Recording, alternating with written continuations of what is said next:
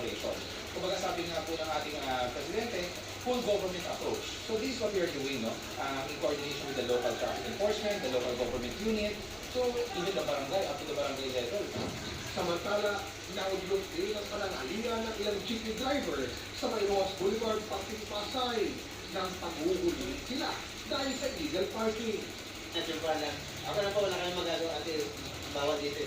Eh, puno na kayo kayo nandoon. Bumili lang magkain, so kaya lang kami saglit.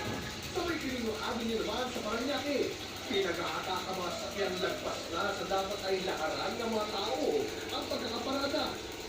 Pati signages ng mga establishmentong nakahambalan na sa bangketa, sinumpis ka din. Wala rin kawala ang ilang mga taga-airport road sa may Paranaque na ginawa ng imbakan ng kanilang mga gamit ang bangketa. We have to be consistent. I mean, that's the hard pill to swallow, na talaga paulit-ulit. But kung magsasawa tayo, then walang mangyayaring pagbabago. Para sa GMA Integrated News, Oscar Oida, nakatutok, 24 oras. Doble ang paghilagsig sa isang pamilya dahil sa pagpanaw ng kanilang amang nakapilit sa bilibid. 5 buwan na pala kasing patay ang kanilang tatay. Pero hindi mo muna ito pinagbigay alam sa kanila. Nakatutok si Mark Salazar.